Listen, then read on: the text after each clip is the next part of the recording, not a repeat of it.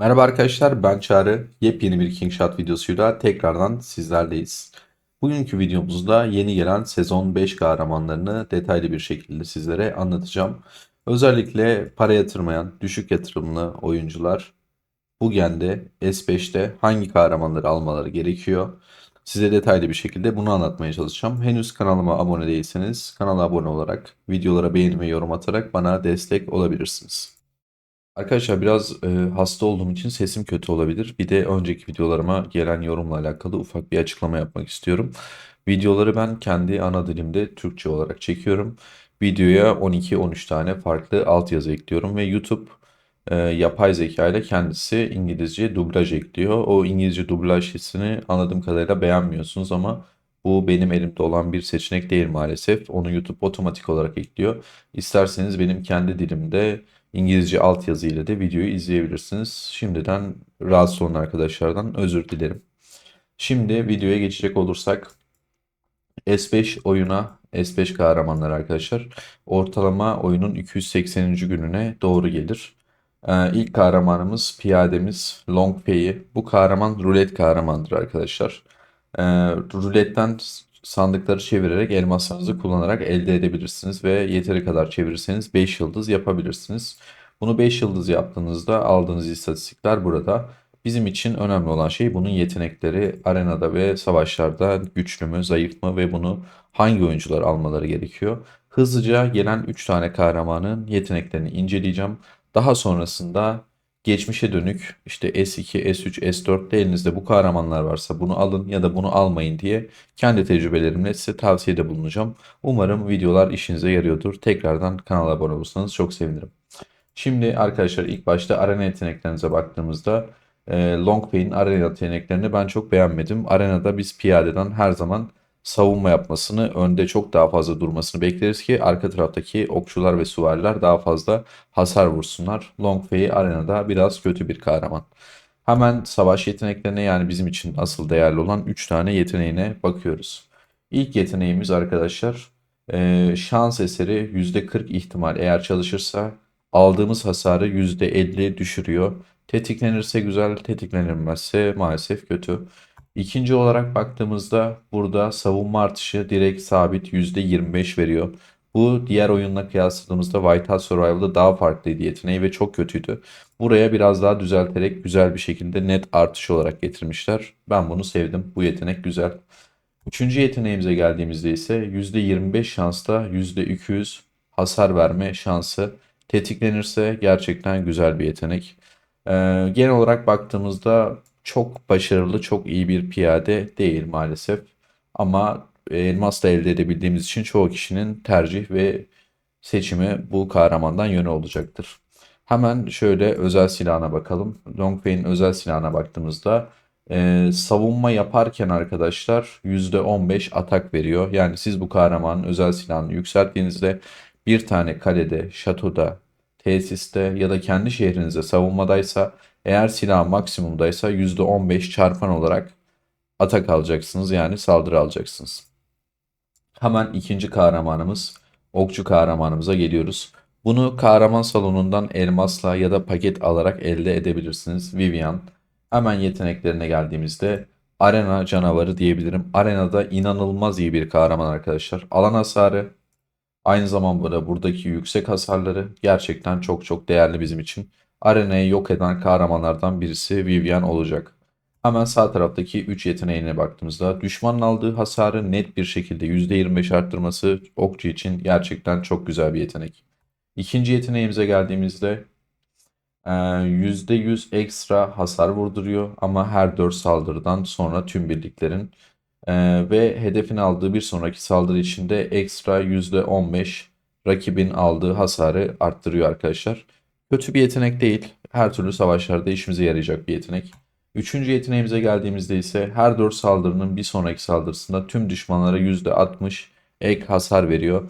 Yani savaşlarda tercih edeceğimiz güzel bir okçu yapmışlar. Asla kötü değil. Hemen şimdi bir sonraki kahramanımız yani süvarimiz Turud'a geçiyoruz. Görseli bu arada çok güzel olmuş. Önce geçmeden önce çok özür dilerim. Bunun özel silahını göstermeyi unuttum. Bunun özel silahı ise arkadaşlar yine savunmada çalışıyor. Savunmadayken bize %15 savunma veriyor. Bilginiz olsun.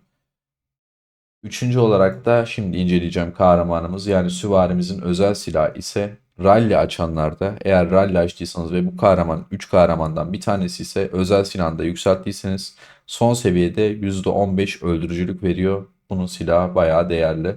Özellikle rally kaptanları için, rally liderleri için. Son kahramanımız Turu'da geldiğimizde ise bunun arena yeteneklerine baktığımızda alan hasarı veriyor. %84. İkinci yetenekte yine hasar veriyor. Üçüncü yetenekte saldırı arttırıyor. Bu da arenada okçumuz kadar güçlü olması da yine o kadar etki sağlayacak bir kahraman arkadaşlar. Turut da arenada fena değil. Her türlü eğer hesabınızda varsa arenada işinize yarayacaktır. Hemen sağ taraftaki savaş yeteneklerine bakalım. İlk yeteneğimiz alınan hasarı %15 düşürüyor ve piyade ve okçuların hem aldıkları hasarı %15 düşürürken aynı zamanda da %15 hasarını arttırıyor. Bu yetenek çok güzel. Ben bunu çok beğeniyorum arkadaşlar. Eğer özellikle bir rallide, bir savaşta sizin piyadeleriniz ve okçularınızın fazla olduğu bir formasyon kullanıyorsanız, örnek veriyorum 40-10-50 ya da 50-0-50 formasyonu kullanıyorsanız bu kahraman bu yeteneği rally katılımcısı olarak kullanabilir ve bunu ilk olarak gönderebilirsiniz katılımcı olarak. Eğer bir rally lideriyseniz, piyade ve okçu ağırlıklı bir formasyon kullanıyorsanız kesinlikle ittifakınızdaki oyunculardan turut göndermelerini isteyin, faydasını göreceksiniz. İkinci yeteneğine geldiğimizde ekstra %100 hasar veriyor ama süvarilerin gücünü arttırıyor ve %20 ihtimalle çalışıyor. %20 ihtimal çok düşük bir ihtimal. Çalışırsa inanılmaz yüksek hasar verir. Çalışmazsa maalesef biraz kötü. Bireysel savaşlarda yüksek öldürmeler alan bir kahraman arkadaşlar bu.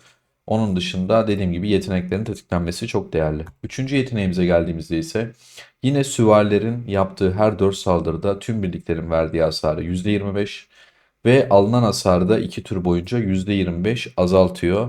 Böyle bir süvarimiz. Şimdi genel olarak baktığımız durumda şuna bakacağız.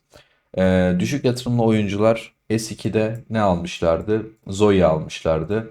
Ondan sonra herhalde buradaki diğer kahramanları, piyadeleri almadılar. Çünkü oyuna para yatırmaları gerekiyordu. Bir sonraki alabilecekleri en iyi kahraman kesinlikle S5 piyadesidir. Bunu para yatırmayan ya da çok düşük paralar yatıran ve elması olan arkadaşlar asla kaçırmasınlar. Kesinlikle bunu alsınlar. Orta düzeydeki yatırımcıların da ve balinaların da yani herkesin bu kahramanı almasını kesinlikle tavsiye ediyorum. Ama şöyle, eğer bir önceki genden S4 piyadesini aldıysanız arkadaşlar, yani bu kahraman elinizde varsa bence gidip bu kahramanı, piyadeyi almayın. Oyuna S6 piyadesi gelmesini bekleyin. Sadece elinde bu kahraman varsa alma ve S6 piyadesini bekle. Onun dışında diğer oyuncuların bunu alması gerektiğini düşünüyorum. Ya da siz kendinize bir oyun tarzı benimsediyseniz, elinizde idare edecek bir piyade varsa ve elinizde S6 piyadesine basacak 1000 tane mitik parçanız varsa da bu kahramanı 4 yıldız bırakıp ya da almayıp S6 piyadesini bekleyebilirsiniz. Hemen bir sonraki kahramanımız Okçu'ya gelelim. Okçumuz bizim için çok değerli. Genelde oyun başındaki oyunculara biz bu Marlin kahramanını aldırttık. Eğer arkadaşlar elinizde Marlin varsa bu kahramanı kesinlikle alın. Bence mitiklerinizi, elinizdeki biriktirdiğiniz parçaları bu kahramana basabilirsiniz. Ama elinizde Rosa 5 yıldız varsa ya da Rosa 4 yıldız varsa S7 ruletine kadar Rosa 4 yıldız ya da Rosa 5 yıldız ile oynayabilirsiniz. Bu gelen S5 okçusu hem arenada hem bireysel savaşlarda çok daha güçlüdür. Ama dediğim gibi tamamen elinizdeki mitik parça birikimine bağlı bir durum. Ama siz benim önceki videolarda anlattığım gibi Marlin'le bu zamana kadar S5'e kadar geldiyseniz sizin alacağınız okçu kahraman bu arkadaşlar. Bunu zaten orta yatırımlı arkadaşların da almasını tavsiye ediyorum ve aynı zamanda da balin arkadaşlar kesinlikle alacaklar. Son olarak süvarimize geçiyoruz. Arkadaşlar süvarimiz etkinlik kahramanı, bunu almak zordur. Etkinliklerde sıralama yapmanız gerekiyor. Eğer ölü bir sunucuda, kimsenin olmadığı bir sunucuda oynuyorsanız, etkinlik kazanabiliyorsanız bu kahramanı alabilirsiniz.